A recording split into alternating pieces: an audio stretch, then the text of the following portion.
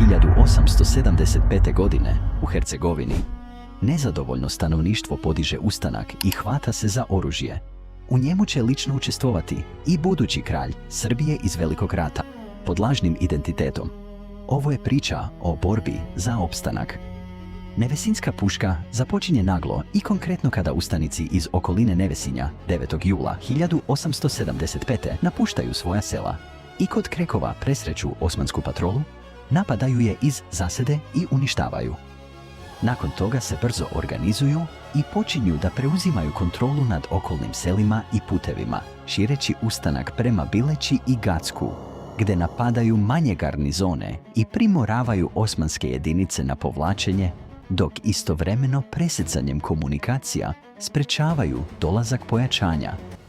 Na to Osmansko carstvo odgovara slanjem prvih vojnih odreda iz većih centara koji se kreću iz pravca Mostara i Trebinja sa ciljem da razbiju ustaničke grupe i obnove kontrolu. Kako vojska napreduje kroz planinski teren, nailazi na stalne zasede, gde ustanici koriste uzvišenja i šume za iznenadne napade, razbijaju kolone i povlače se pre nego što dođe do direktnog sukoba većih snaga.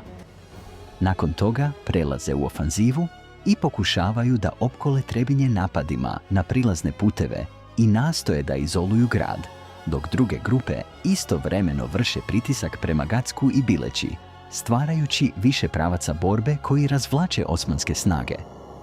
Kao odgovor, Osmanlije šalju jača pojačanja i organizuju protivofanzivu, napredujući dolinama i glavnim pravcima kako bi izbegli zasede. Dolazi do većih borbi u kojima se po prvi put sukobljavaju veće formacije.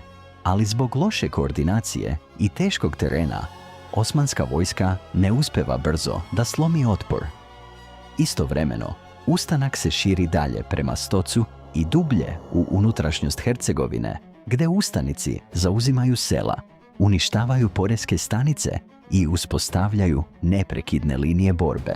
Ustanak potom ulazi u novu fazu u kojoj ustanici nastoje da kontrolišu čitave teritorije, a ne samo da izvode napade, što dovodi do novih sukoba, dok osmanske snage pokušavaju da probiju te linije i povrate izgubljene oblasti.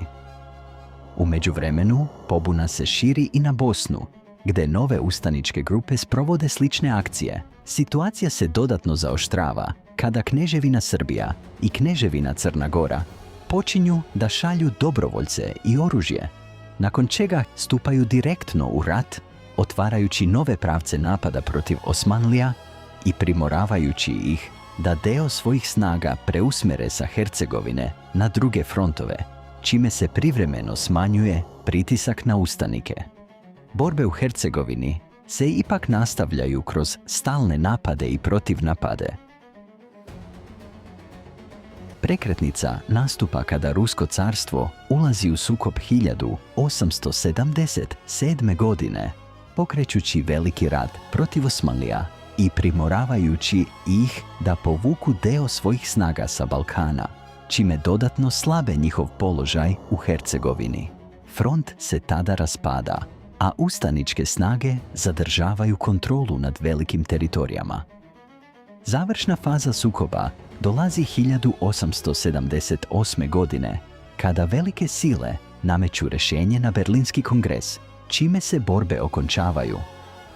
Osmanlije gube kontrolu nad regionom, a teritorija Bosne i Hercegovine prelazi pod upravu Austro-Ugarske, čime se zatvara čitav niz vojnih operacija započetih prvim napadom kod Nevesinja i završava jedna faza dugotrajnog sukoba na Balkanu.